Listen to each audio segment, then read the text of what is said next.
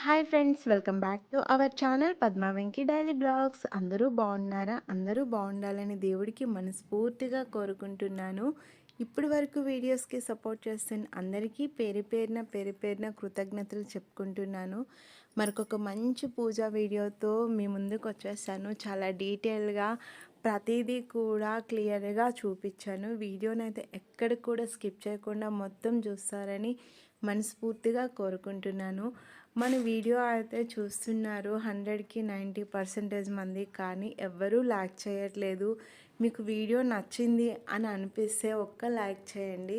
మీరు చేసే లైక్ వల్ల ఈ వీడియో ఇంకొక 10 మందికి రీచ్ అవుతుంది. నాకు కూడా ఎంతో సపోర్టివ్గా ఉంటుంది. ఎవరైనా మన ఛానల్ని కొత్తగా చేస్తున్నట్టుంటే ప్లీజ్ సబ్స్క్రైబ్ చేసి సపోర్ట్ చేయండి.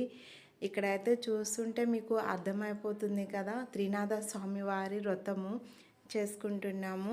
కార్తీక మాసంలో ఈ స్వామివారి వ్రతాన్ని ఒక 3 మేళాలు కానీ 5 మేళాలు కానీ ఒక మేళా కానీ చేసుకుంటారు. ఎవరి ఇష్ట ప్రకారం అలాగా. మా సైడ్ అయితే ఈ వ్రతాన్ని అందరూ కూడా చేసుకుంటారు. మీరందరూ చేసుకుంటారా లేదా అనేది కింద కామెంట్ చేయండి. ఇప్పుడైతే వీడియోలోకి వెళ్ళిపోదాము. అక్కడ ఇల్లంతా కూడా గోపంచకం వేసుకొని శుద్ధి చేసుకున్నాక పీఠం పెట్టే కింద కొంచెం పసుపేసి అలికి ముగ్గు పెట్టుకున్నాను. ఒక పద్మం కమలం ముగ్గు, తర్వాత పీఠం మీద కూడా పద్మం ముగ్గు పెట్టుకొని స్వామివారి ఫోటోని శుభ్రంగా తడివస్త్రంతో తుడిసి పసుపు గంధమ బొట్లు పెట్టుకున్నాను. స్వామివారిని అక్కడ పెట్టుకున్నాక ఇలాగ కలశాల్ని ఏర్పాటు చేసుకోవాలి. నేను 3 మేళాలు ఒకే రోజు చేస్తున్నాను కనుక 9 ముంతలు అనేవి ఉండాలి. ఒక మేళాకి 3 ముంతలు, అట్లా మనం 3 మేళాలు చేస్తాం కనుక 9 ముంతల్ని ఏర్పాటు చేసుకున్నాను. అన్నీ ఒకేలా లేవు, కాకపోతే ఉన్ని దాంట్లో చేసేద్దాము. మళ్ళీ నెక్స్ట్ వారంకంతా దగ్గర కార్తీకం వస్తుంది కదా. ఎప్పుడు కూడా స్టార్టింగ్ వారం చేసుకుంటాము ఒక్కొక్క మేళ. ఈ సంవత్సరం కుదరలేదు, అందుకోసమని 3 మేళాలని ఒకటేసారిగా చేసుకుంటున్నాను. ముంతలకి చక్కగా బొట్టు పెట్టుకొని ఇట్లా పసుపు రాసి కుంకుమ బొట్టు పెట్టుకొని కలశాల్లో నీళ్ళు పోసుకోవాలి. ఇక్కడ నేను పూజ అంతా రెడీ చేసేసరికి మా వారు తులసమ్మ దగ్గర ఇంటి దగ్గర దీపం పెట్టేశారు. నేను సింహద్వారం దగ్గర దీపం పెట్టేసుకున్నాను. చూడండి, చిన్న పద్మ ముగ్గు కమలాల దగ్గర ఆ దీపపు కాంతుల్లో ద్వారము ఎంత అందంగా కనిపిస్తుంది కదా. మనం పెట్టే ఒక చిన్న ముగ్గు, పెట్టే ఒక్క దీపము ఎంతో ఆనందాన్ని ఇస్తుంది. ఈ కార్తీక మాసంలో ప్రతినిత్యము కూడా సాయంకాల సమయంలో దీపారాధన అనేది ద్వారం దగ్గర చేసుకుంటాం కదా. ఆ రోజు కూడా అలానే చేసుకున్నాను. చిన్న ముగ్గులు పెట్టుకున్నాను. మీకు ఎప్పుడు తెలిసేదే, కమల ముగ్గులు అంటే ఇష్టం కాబట్టి మొత్తము ఎక్కడ చూసినా కమల ముగ్గులే ఉంటుంది. అలా చూస్తూ ఉండిపోవాలనిపిస్తుంది ద్వారం దగ్గర. ఇక్కడైతే పీఠం పెట్టుకున్నాను కదా, ఇప్పుడు కలశాలని ఏర్పాటు చేసుకుంటున్నాను.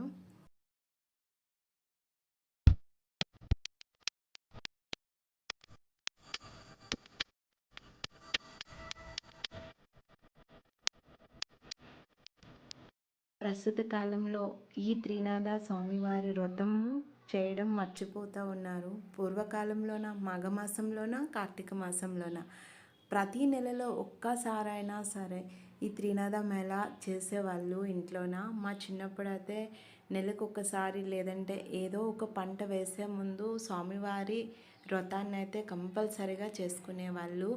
ఇక్కడైతే 9 కలశాల్లో కూడా మర్రి ఆకులు 3 చప్పున పెట్టుకోవాలి.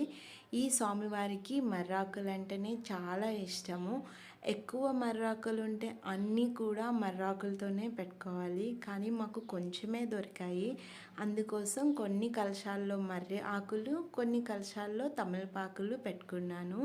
ఇక్కడ మనము 3 పూజలు చేసుకుంటున్నాం కనుక తాంబూలం కూడా 9 ఉండాలి కనుక 3 ఆకులు, 2 చెక్కలు, ఒక రూపాయి కాయిన్, ఒక అరటిపండు, ఇట్లా 9 కూడా ఆ తాంబూలాల్ని ఏర్పాటు చేసుకున్నాను.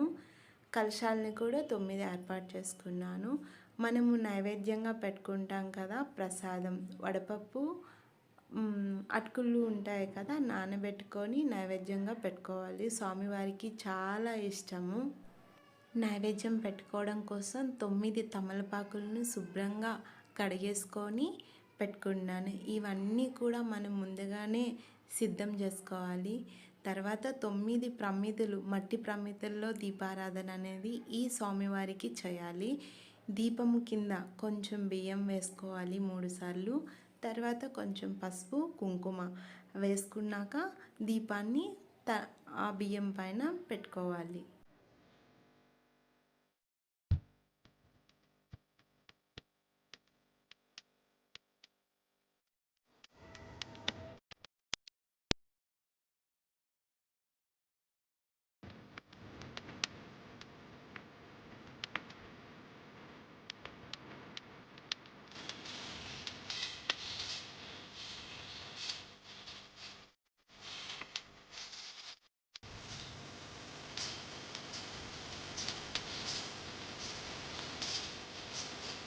తొమ్మిది దీపాలని ఏర్పాటు చేసుకున్నాక గంధమ, కుంకుమ బొట్టుల్ని పెట్టుకోవాలి. ఇక్కడ పసుపు గణపతిని మా పాప తయారు చేస్తుంది. మనము ఏదైనా పూజలు చేస్తున్నామంటే పిల్లలకు కూడా అలా చేయాలి అని ఆసక్తి కలుగుతుంది. ఏదైనా హెల్ప్ చేయాలా మమ్మీ అని నాకు అడిగింది. సరేనన్న పసుపు గణపతిని తయారు చేయు అంటే తనకి వచ్చిన విధంగా నేను చెప్తా ఉంటే తయారు చేస్తుంది. పిల్లలకు కూడా మెల్లమెల్లగా మన పూజలు, మన సంప్రదాయము అన్నీ అలవాటు అవుతాయి కదా.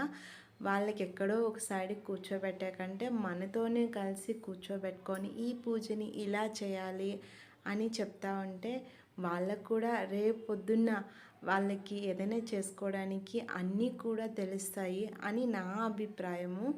ఇక్కడ అయితే మా పిల్లలు ఇద్దరు కూడా హెల్ప్ చేస్తున్నారు.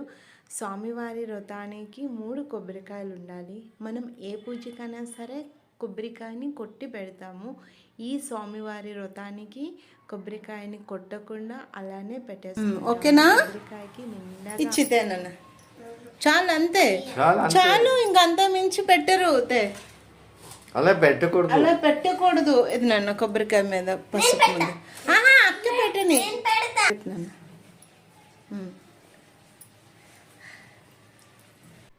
మా ఇద్దరు పిల్లలు కూడా నేను చేస్తా అంటే నేను చేస్తా అని ఇద్దరు కూడా పోటీ పడి చేస్తున్నారు. నేను కొబ్బరికాయకి పసుపు రాస్తున్నాను కదా మమ్మీ, నేను కూడా రాస్తా, అక్క చేస్తుంది కదా అంటే సరే నాన్న అనేసి ఒప్పేసుకున్నాను. ఇంకా కుంకుమ బొట్టలు నిండా పెట్టేస్తున్నాడు, అందుకోసం అక్కడ వాయిస్ అనేది ఉంచాను. ఇలాగ కొబ్బరికాయకి పసుపు రాసి కుంకుమ బొట్లు పెట్టుకున్నాక మనం పసుపు గణపతిని కొబ్బరికాయ పైన పెట్టి గరికి పూసలు అనేవి పెట్టుకోవాలి. అప్పుడు పసుపు గణపతి కంప్లీట్గా తయారవుతుంది. ఇక్కడ నేను కొబ్బరికాయలు పెట్టుకోవడానికి కింద ఆసనంగా తమలపాకుల్ని పెట్టుకొని కుంకుమ బొట్టు పెట్టుకొని అక్కడ పసుపు గణపతిని అంటే కొబ్బరికాయతో సహా స్వామివారిని అక్కడ కూర్చోబెట్టుకున్నాను. ఎప్పుడైనా సరే ఈ త్రినాథ మేళకి స్వామివారికి ఎడమ చేతి వైపు పసుపు గణపతి అనేది ఉండాలి. గణపతికి ఒక చిల్లర కాయిన్, చిన్న బెల్లం ముక్కను అనేది పెట్టుకోవాలి. ఎందుకంటే గణపతికి బెల్లం అంటే చాలా ప్రీతి.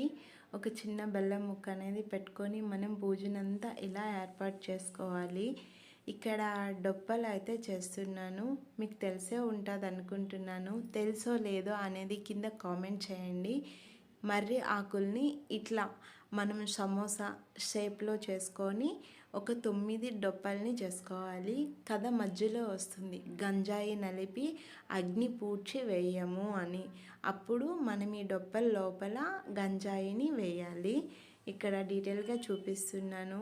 ఈ స్వామివారి వ్రతాన్ని ఇంతవరకు ఎవరైనా చేసుకున్నట్టుంటే చేసుకుంటే చాలా సంతోషంగా ఆయుర ఆరోగ్యాలతో ఉంటాము. ఈ వస్తున్న ఆదివారం చేసుకునే అవకాశం ఉంది కనుక ఎవరికైనా ఉపయోగపడుతుందనే ఉద్దేశంతో ఇక్కడ మీతో షేర్ చేసుకుంటున్నాను. ఎవరైనా సరే ఈ స్వామివారి వ్రతాన్ని చేసుకోవచ్చు. ఇక్కడ సుగంధమైన అగరవత్తులతో ఏకహారతిని వెలిగించి దీపారాధన చేసుకుంటున్నాను.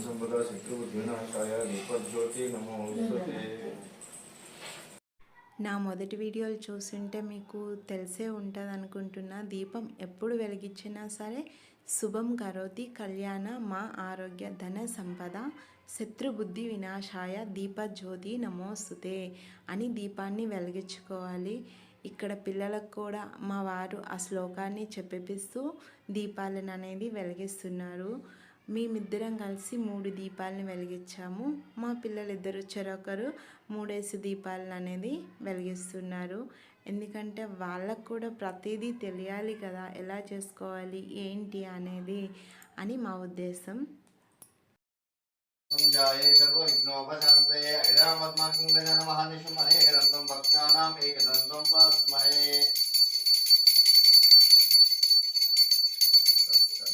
సుగంధమైన అగరవత్తులను వెలిగించుకొని స్వామివారికి చూపిస్తూ జయగంటను కొట్టుకొని స్వామివారికి పూజలోకి ఆహ్వానం చెప్పుకోవాలి. మనం పూజ స్టార్ట్ చేసేటప్పుడు గంటను మోగించి స్వామివారికి వచ్చి మన పూజని అందుకోమని చెప్పాలంట. అది నిత్య పూజనా ప్రత్యేక పూజలైనా. ఇక్కడైతే మా దీపారాధన కంప్లీట్ అయిపోయింది. దీపం పెట్టుకున్నాక దీపం జ్యోతి పరబ్రహ్మ స్వరూపిణ్యే నమః, సంధ్యాదీపం నమోస్తుతే అని చెప్పుకుంటూ పసుపు కుంకుమ అక్షింతాలు ఒక పువ్వుని పెట్టుకోవాలి. ఇక్కడ మా వారు మా పాప ఇద్దరూ కలిసి వేస్తున్నారు పసుపు కుంకుమ. పసుపు గణపతుల దగ్గర కూడా ఒక పుష్పాన్ని పెట్టుకొని నమస్కారం చేసుకోవాలి. ఎటువంటి విఘ్నాలు లేకుండా ఈ పూజను అనేది చేసుకునేటట్టు చూడు తండ్రి అని విఘ్నేశ్వరుడికి ఒక దండం పెట్టుకొని విష్ణుమూర్తితో ఈ పూజ అనేది స్టార్ట్ అవుతుంది. విష్ణుమూర్తికి ఒక నమస్కారం పెట్టుకొని పూజ అనేది స్టార్ట్ చేసుకోవాలి. ఇక్కడ మా పిల్లలు ఇద్దరూ కలిసి ధూపాన్ని ఇస్తున్నారు స్వామివారికి. మనం అష్టోత్తరాలు ఉంటాయి కదా, అవి చదువుకోవడానికి అక్షింతలు చేతిలో పట్టుకోవాలి. ఇది పూజ స్టోర్లో.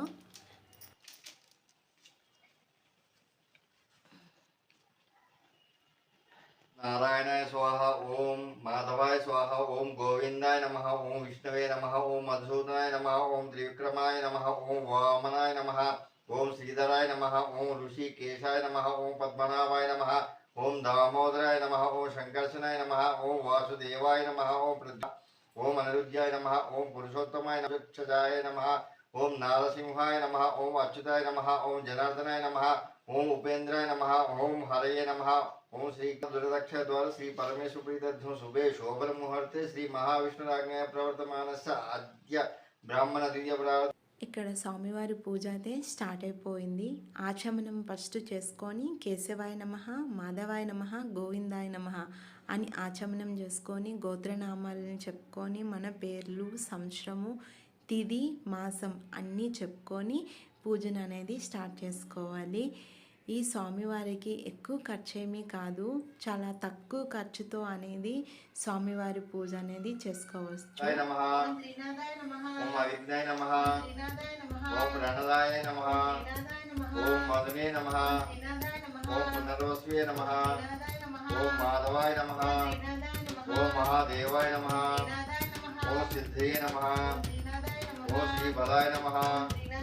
ओम नवनायकाय नमः, ओम हंसाय नमः, ओम बलिने नमः, ओम भवाय नमः, ओम आनंददाय नमः, ओम गुरवे नमः, ओम आगमाय नमः, ओम अनलाय नमः.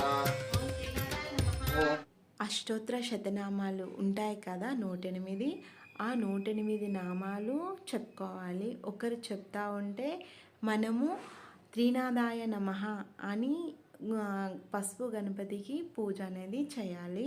మనం కొబ్బరికాయ పైన పసుపు గణపతిని గరికి పూసల్ని పెట్టుకున్నాం కదా, దానిపైన అష్టోత్తరాలు చదువుతున్నంతసేపు పసుపు అక్షింతలు కానీ ఎరుపు అక్షింతలు కానీ, గణపతికి ప్రీతికరమైనవి ఎరుపు అక్షింతలు ఏవైనా సరే వేస్తూ ఒక్కొక్క నామానికి త్రినాదాయ నమః అని చెప్పుకుంటూ అక్షింతలను అనేది వేసుకోవాలి. ఇక్కడ మావి అష్టోత్తరాలు కూడా పూర్తయిపోయినాయి.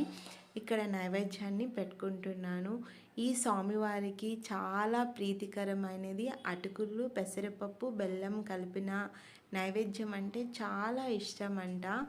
అటుకులు కొద్దిసేపు నానబెట్టేసి పెసరపప్పు నానబెట్టి రెండింటిని శుభ్రంగా కడిగి తర్వాత మనం కొంచెం బెల్లాన్ని కలుపుకొని నైవేద్యంగా స్వామివారికి మూడు మూడు సార్లు అనేది ఒక ఆకు పైన 3 సార్లు అనేది వేసుకోవాలి.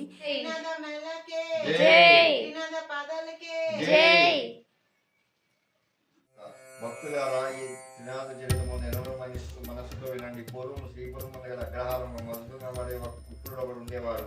వాడు పేదవాడు వచ్చే భిక్షమిత్తుని జీవిస్తున్నవాడు. ఆ నిరుపేద బ్రాహ్మణులకు కొంతకాలంలో ఒక కుమారుడు కలిగాడు. ఆ పసికందు పాలు లేక శోషించిపోతుండేవాడు. ఆ వడుగు బామ ఇళ్లలో బిడ్డ కొడుకు భర్తను ఆవును తెమ్మని కోరింది. పోయి నీకు ఇదేం ఆలోచన, మనం చూడగా కడు వేదవారము, నేనెట్లా ఆవును తేగలను, నా వద్ద ధనము రత్న మాణిక్యంగా నేనెట్లా లోకానికి అన్యత పొందగలను, శ్రీమంతులకే అన్ని వసతులు సమకూర్ణ, వారికి ఈ లోకం మనము చేస్తుంటుందన్నాడు. ఆ మాటలకు వారి ఎంతగానో విలపించింది. గోడు గోడున దుఃఖించి, ఓ బ్రహ్మదేవ, ఈ బిడ్డని మా వంటి వేదవారిని ఎందుకు పుట్టించావయ్యా? ఈ బిడ్డ స్వామివారి కథ వినేటప్పుడు చేతిలో కొన్ని అక్షంతాలు, ఒక పువ్వుని పట్టుకొని కథ ప్రారంభంలోన మనం శ్రద్ధ భక్తితో కథ మొత్తాన్ని విని చివరగా కథ అయిపోయిన తర్వాత ఆ అక్షంతాలని పువ్వుని స్వామివారి పాదాల దగ్గర వేసి ఒక నమస్కారం పెట్టుకొని మంగళహారతి అనేది ఇచ్చుకోవాలి.